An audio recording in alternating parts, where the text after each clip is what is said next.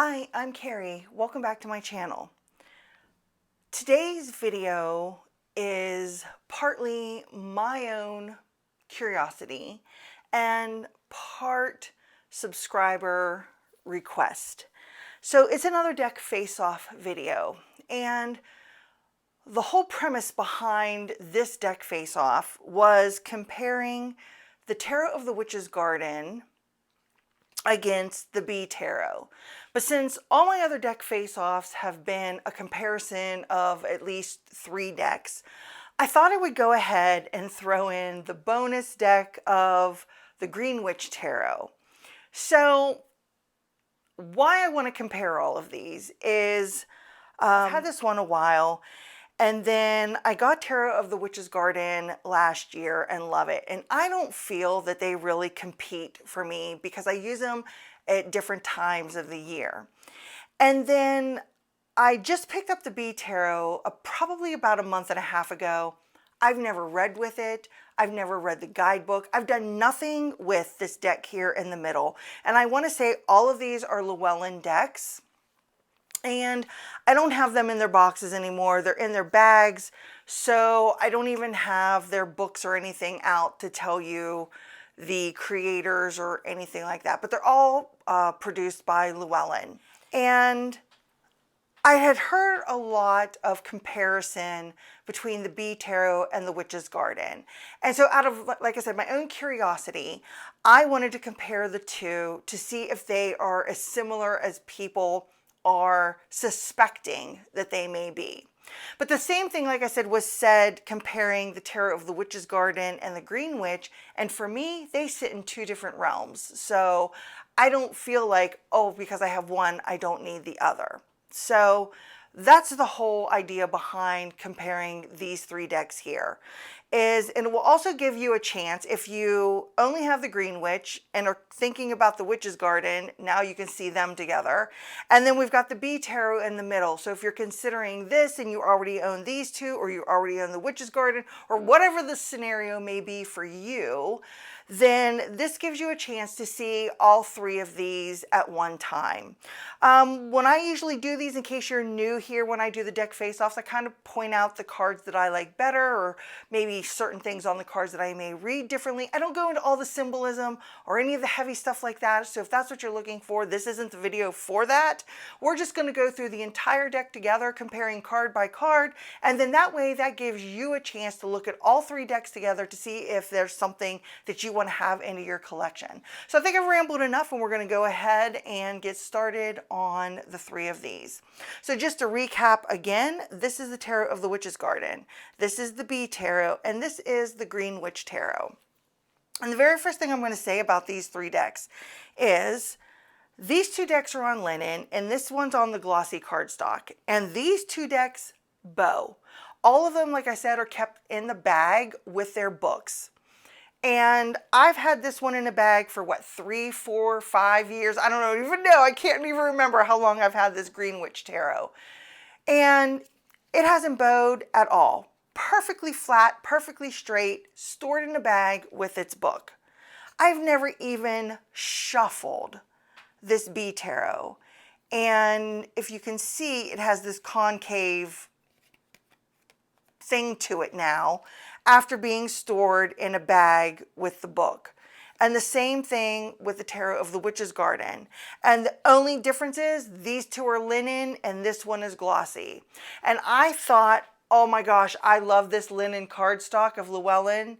But as I'm getting more decks of it in, I am starting to prefer the old cardstock from Llewellyn. I'm liking the thin, glossy cardstock because these bows that are appearing in my decks now are starting to annoy me.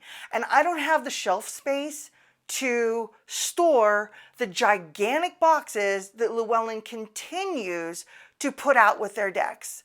So I really wish they would rectify that and maybe make the books a little bit smaller and put them in smaller size boxes or something, because it's starting to annoy me to have to constantly switch out and put everything in a bag in order to have room to store it. So that's all I have to say about the cardstock. So let's look at the full card. This is your traditional. This one is on the traditional side. There's no dog or anything. And this one is the Green Man. So this one is like, you know, completely different from that traditional imagery. So we have the Magician, and on the Green Witch, it's called the Witch. I like all these magician images. I think they all show that manifestation aspect, having your tools at the ready and that sort of thing. So I like, oh, and I like that she has the little black cat there. That's cute. I like all of these. So next we have our High Priestess, and in the B Tarot, it's called I think it's called the Melissae, is how you pronounce that. She's got bees all over her skirt. I would have to read in the guidebook about her. I know nothing about this this Melissae character or anything. I really like this High Priestess in the Tarot of the Witch's Garden. I just like the how she's almost glowing in that darkness kind of thing. This is one of my favorites. This one's nice too, but this one wins between the three of them. So then we have our Empress card, and I like all the Empress cards here. This one is a close-up effect of the Empress, and she's like, I think that's like supposed to be maybe the queen bee that she's holding there. They all, well, except her, but these two show that pregnancy aspect. You know, it doesn't bother me one way or the other. So now we have our Emperor, and on the Green Witch, it's the Horned God. I really like these two. I don't know, to pick a favorite, I would probably say this one first and then the Horned God card. This one, he's got bees all over his beard, and I don't know how I feel about that card, but I can see the Emperor energy sitting in that. Then we have the Hierophant, and it's the Delphic bee in the B Tarot and the High Priest in the Green Witch. And I don't mind any of them. I think these two on the outers are my favorite, though, compared to that one.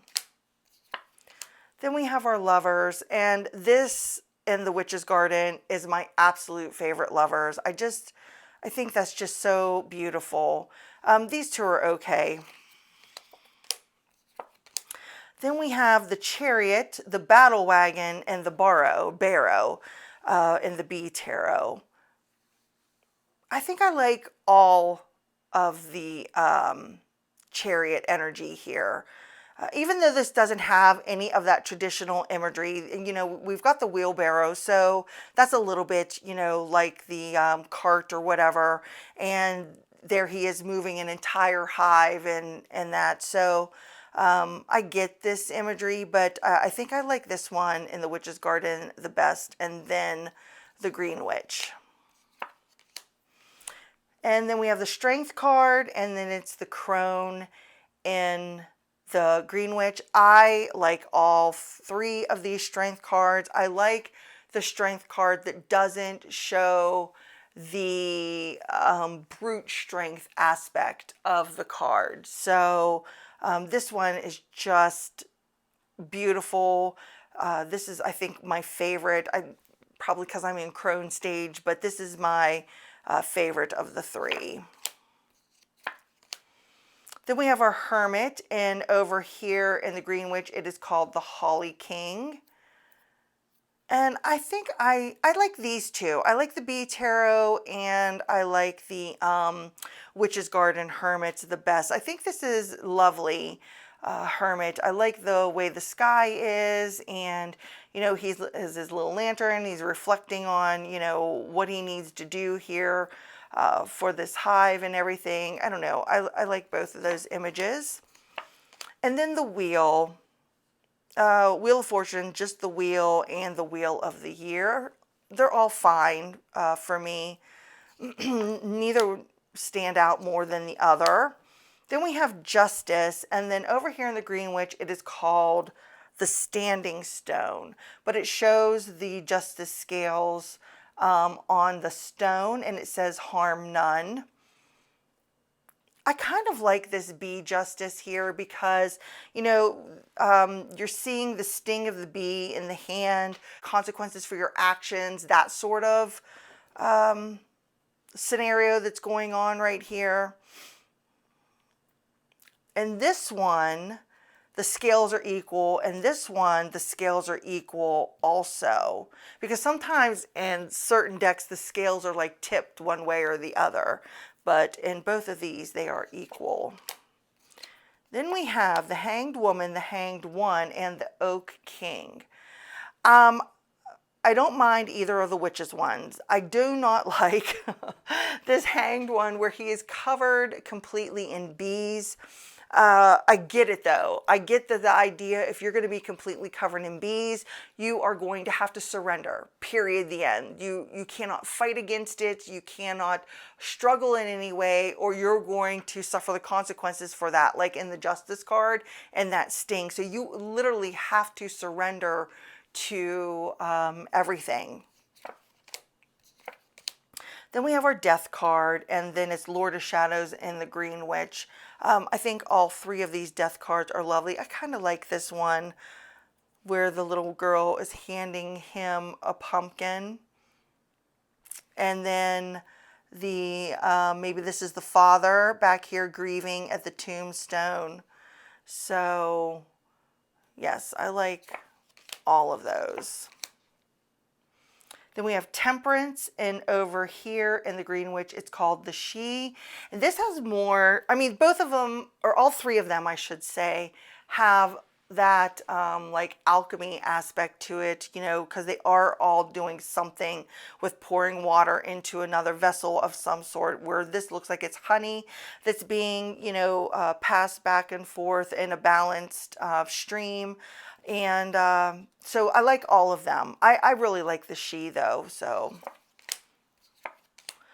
we have the devil, and then we have nature over here for the Devil card.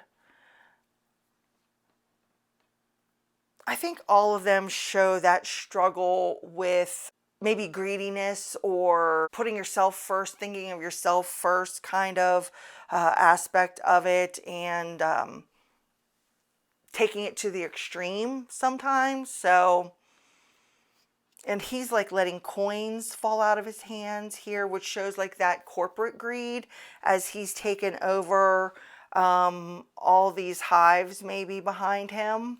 And like, you know, the land is all barren and everything. So Tower, and then the Wild Hunt for the Green Witch. This tower is my favorite. I like the bee tower also, but this is so sweet. I never noticed this before, but there's two little, I think these are badgers maybe down here. We got the little kids falling out of the tree house that's been struck by lightning, but they've got a blanket there. Oh, and I think there's a little fairy too. But they've got a blanket there to catch the children, to, you know, help break the fall a little bit. Well, even though this is catastrophic, no one's going to die from it. Basically, they're going to be able to get back up and, you know, maybe repair that house at a later time. So we have the Star, and they're all named the Star. This Star card is beautiful. This one's okay, but I like the two Witches stars, I think, the best, but the Green Witch one wins out for me. Then we have the Moon. Oh my gosh, this moon is gorgeous. This moon is gorgeous also. This moon, I think, is so funny in the Witch's Garden. And you've got her with her arms up towards the moon. And then you've got like the little lobsters in the water with her with their claws up. Also in the same hand position as her, which that just cracks me up to no end. But I like all three of these moons. Then we have the Sun, and it's named the Sun in all three. I think these two are my favorite, but the Green Witch would win out if I had to, you know, just pick the one. So we have Judgment, Rebirth, and then it's called Harvest over here in the Green Witch. This is more kind of on the traditional side with your angel, the trumpet, raising your arms up to the angel. This is that rebirth that, you know, we're starting over again, fresh start. I know what I did and have a better perspective on it kind of thing. And this has more of that bounty aspect to all of it with this depiction here. And there's a little, like, I don't know, gnome little person here. And there's one there and one sitting on the basket there saying, look, look at everything we've brought you. So I never really noticed them before until like just now. And I've had this deck forever. And then we have the World card. I don't like this World because of the snake. This World, I would have to say, is my favorite. I think it's a little bit more traditional than these ones. The Wand suit is next, and all of these are pretty equal in my eyes. Then we have the Two of Wands. I like all of these in different ways. You know, this kind of gives you that more traditional Two of Wands with her holding the globe there and then standing between the two wands. And then where is his other wand? What is going on here? I think one is like the stability for the gate, and then he is holding on to the other wand. And then here, frog's got one wand, and this frog leaping right here is holding the other wand. But you can see that the wagon has all been loaded up, and they are ready to embark on their journey in some way.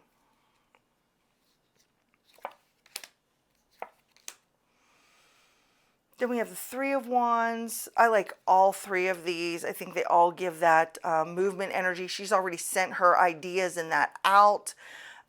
This is real traditional, like waiting for those ships to come in, and he's like ready to board his ship and get going. So then we have our Four of Wands. This gives that real, you know, stop and celebrate aspect with this card here. This Four of Wands, like they're running back to the house through this field of lavender. But this four in the B Tarot really speaks to me like I see the Four of Wands, which is, you know, building up that foundation and working real hard to, you know, make sure everything is in place and ready for your next step. And the foundation is the main aspect for me in the Four of Wands, even though it is a time to, you know, take a breather and celebrate a little bit because of how far you've come already.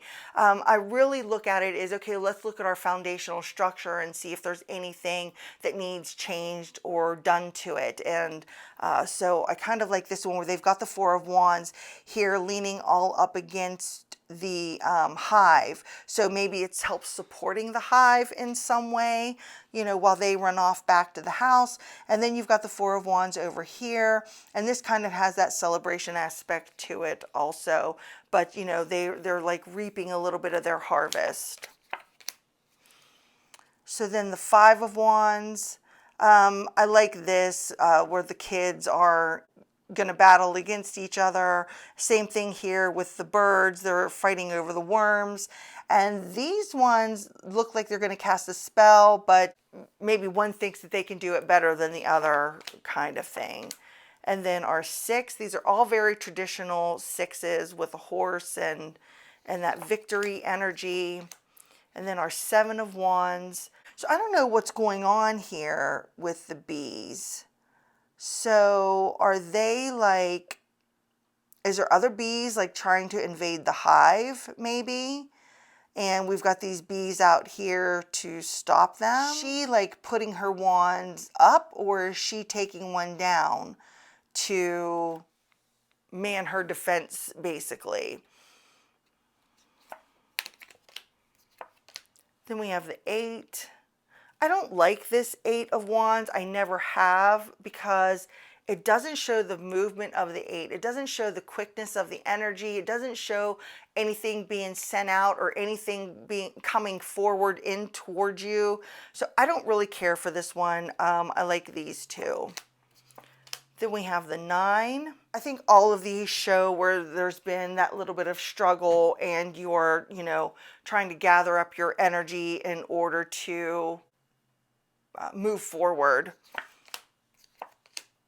And then the 10. This one shows the struggle. This one kind of already shows her well on her way. But this one, I've always, when I see this, I think, because he's got the 10 wands beside him. But then you've got the bee and the hive. So who is the burden like really on in this picture? Is it on the beekeeper and the maintaining of the hive and that sort of thing? Or is it on the bee in creating the honey and doing the work that has to be done for the hive? So I would be interested to see when I do get to read the guidebook what that says about that. Then we have Page, Princess, and Page of Wands. I think all these pages are lovely. I really do like this Princess of Wands in the Bee Tarot. And then we have our Knight, Prince, and Knight of Wands. This one really shows that go-getter energy, that fire, that I'm going to charge forward no matter what. These two do not, at least not for me. This is very slow going with the way that the horse is in this image. And I don't know. I don't really care for this Prince of Wands. It almost looks like he's all tangled up. I don't know. I don't like that one. So then we have the Queen. Queen, Queen, and Queen. I like this Queen. I like this Queen. This Queen is but she has that fireball in her hand, so she shows you that she is ready to create, full of fire, full of passion and energy. And I get that just from the colorization on the Witch's Garden, not so much from this one. Then we have our King, they're all named the King of Wands. And I just wanted to see here if we put these two together. Maybe not. I have to say, I think I would prefer the King of Wands in the Bee Tarot more than the two Witches decks. Now we're on to Ace of Cups. It's the jars in the Bee Tarot and the chalices in the Green Witch. I like this Ace of Cups where the crow is depositing a pentacle into the Ace of Cups. I don't know what it says in the book about that now. I don't know if this Ace of Cups has ever come out in a reading for me. So I had to look this up because I was really curious. So apparently the raven represents a shadow aspect of emotions, and by depositing the coin into the cup is like integrating that shadow into yourself instead of like suppressing or pushing it away, that kind of thing. So that's really interesting. So we have the Ace of Jars here. I like that ace, and this one is, I don't know, this is the meh of all three of them right there. So then we have our two. All two of these are lovely. I like this one a lot. This shows that like partnership. You got the 2 jars of honey. You have her in a wedding dress. I guess he could be in a groom of some sort here. I don't know what she's got in her hand exactly. I can't really tell what that is, but that kind of shows that partnership aspect of everything.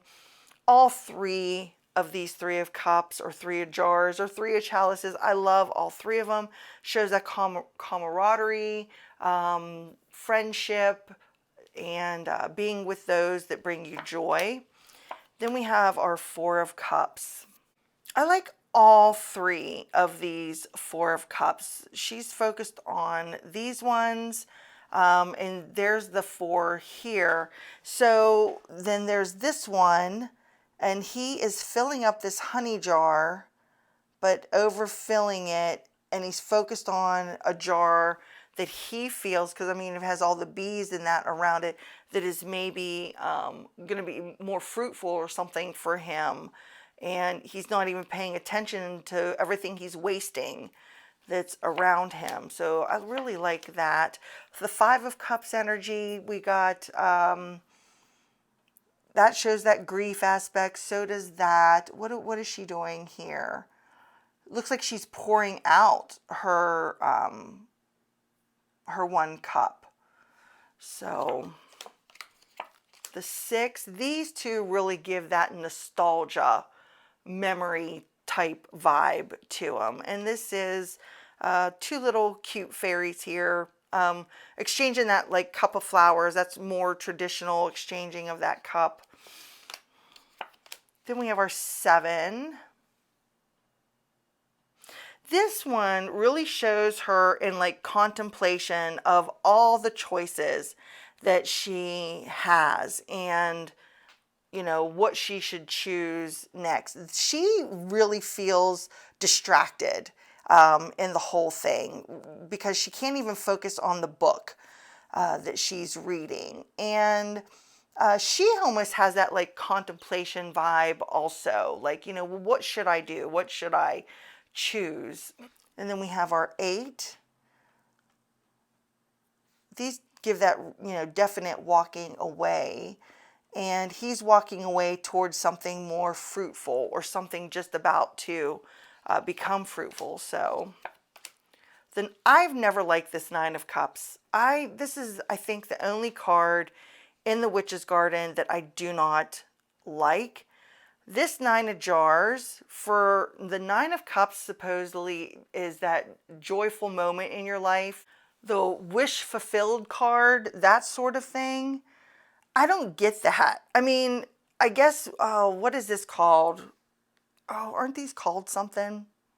I want to say the troll under the bridge, but I don't think that's what it's supposed to be. I'm drawing a blank right now. But her facial expression on this card shows zero joy, or, you know, anything in regards to like a wish or happiness of any kind. I mean, I guess her wish is granted that she has all her honey jars full, but she just looks miserable.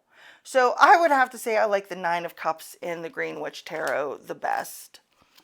Then we have our 10, and I think all 10 of Cups have some sort of, you know, traditional element to them, especially this one. So I think they're all equal. Then our Page of Cups. I love this little page. I think she's so adorable. And then our Knight of Cups. Or Prince of Jars in this one. I don't know what he's doing. I don't know what he's doing. I don't know what he's looking at over there. But he almost looks like he's going to go charge at something. Like he's looking at something and in that stance of, I'm going to go charge after that. This one gives me that whole Knight of Cups energy. Love the idea of love. Full of emotion, that sort of thing here. This one does not. And I don't know. This one's just like, I guess, okay for me. Then our Queens, I like that her feet there are in water. And our King. This King of Cups gives me a Nine of Cups energy here in this Green Witch Tarot. He's like covered and dripping in honey, but I don't see the water element by his feet like you did the Queen. On to the Swords. Ace of Swords, pretty much all equal. We've got the Two of Swords, or the Two of Swords here in the Green Witch is a little bit different It's almost a debate over what to do with the two swords that are stuck in the tree trunk right here. This one really gives you that negotiation aspect to the Two of Swords, where her battle is within herself of what decision and that she should make. But this is like where you are negotiating that with another person. And then we have the three. I really like this Three of Swords image right here. This one, you could see the bee or whatever is pierced the heart. Or maybe he's just clinging to the heart. I don't know. I can't tell. Then our Four of Swords. These all give that rest aspect, that pause that is needed.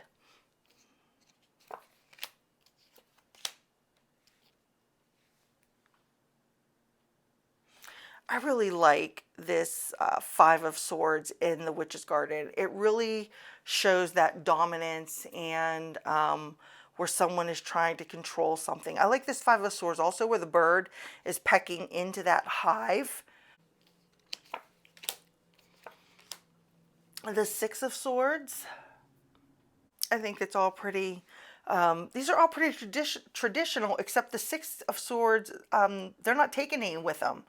They got on the boat and they left the Six Swords behind. The Seven, we have, what is this bird got here? It looks like the bird has a bee in its mouth. So it's getting away with one of those bees. And we have a little skunk right here. So I think all of these are unique. And I like all three images.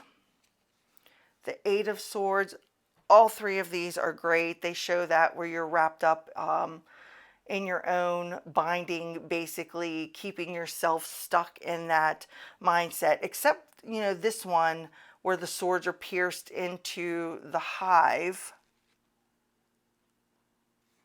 instead of like around the hive.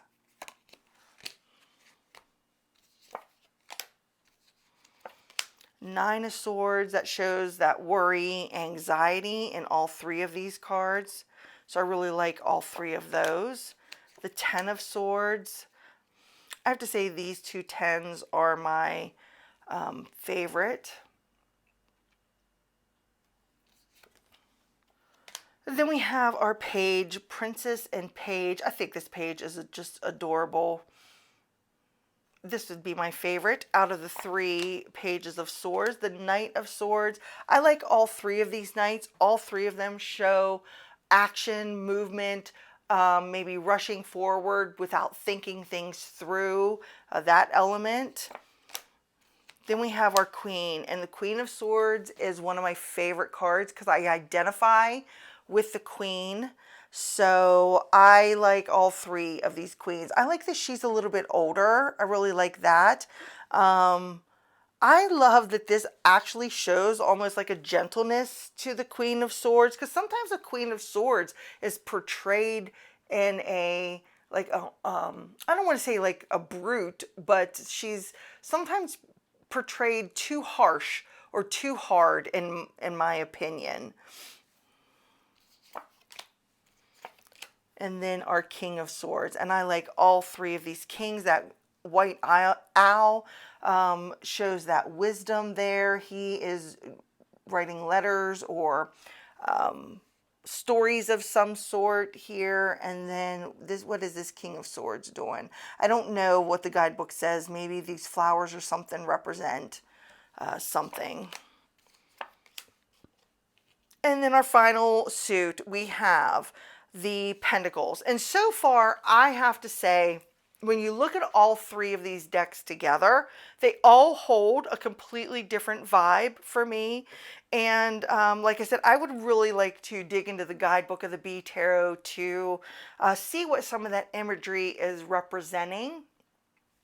But I don't feel that any of these decks truly compete with one another, because I think each of the cards are, different enough and hold a different energy. And like I said, the two witches decks, I use at different times of the year, so they don't really compete in that way for me. So now we have our Two of Pentacles, that whole juggling aspect. And then our Three. I like all of these. I think these two are my favorite. I love this little animal right here. I can't tell what it is, but it's like he's got the plans of, how she needs to go about creating that trellis that's there. So then we have the Four of Pentacles. So all four show that kind of greediness aspect where she's standing on the coins, maybe from the money that she's made from selling the honey that was in the hives. This gives that, like, King Midas turned to stone, so greedy with his money and everything, and he's like shutting everybody out and putting his coins up on the wall. So the Five of Pentacles. Both of these give that out in the cold, feeling deserted kind of energy. This kind of gives that feeling of desertion too, with the way that they are interacting with one another. The Five Pentacles are up on the wall. The window is open, and then there's a cracked honey pot here. So, what is this that... I don't know what the book says about this Five of Pentacles, but this is a little bit different for me than these two images. And I like that. I like when it makes me think a little differently about a card.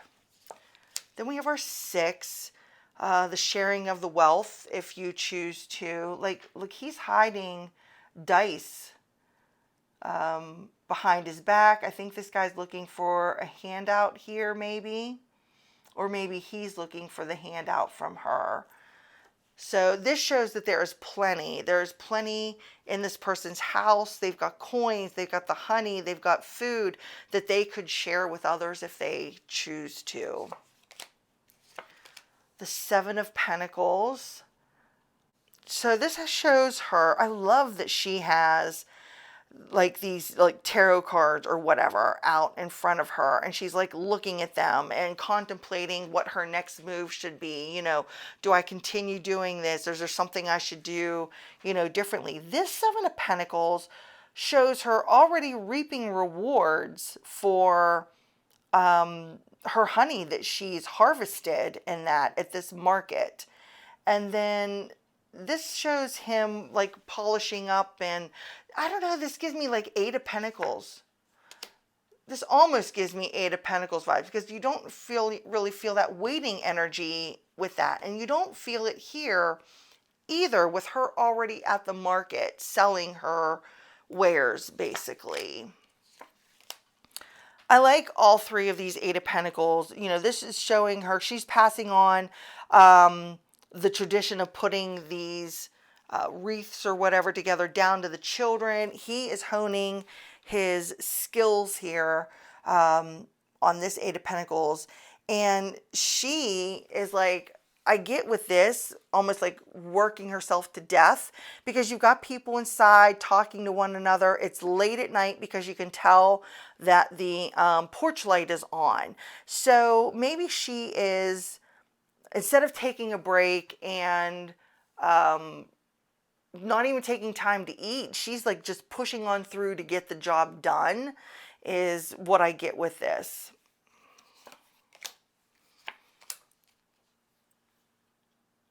The Nine of Pentacles, this is like kind of on the traditional side. I like this nine also. This one, I get the same thing with that, except usually this is a family where usually it's just like the one person. and then the 10. These two definitely give that legacy vibe to it. And I guess you would get the same thing here with this old man.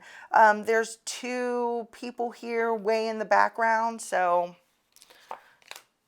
and then our page of pentacles. I like this page. I don't really like or care for this one at all. And then we have our Knight of Pentacles. I like these two. And with that buffalo there, you really get that, for me anyway, kind of get that slow moving energy because it's a buffalo and not a horse, even though I know buffalo can charge and that sort of thing. And then we have our Queen. This Queen of Pentacles, I think, is my favorite in the Green Witch Tarot. This really like shows her as one with nature. And the B one's not doing anything for me. I don't really care for it. And then our King of Pentacles. So I would love to hear your thoughts on this deck face-off. Do you own all three decks? If you don't, after seeing them compared to each other, do you think that they would each have a place in your collection?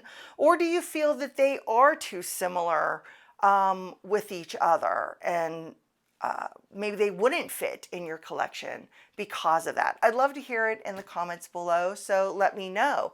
Thanks so much for hanging out with me today. I really appreciate you being here. If you like it, you know the drill.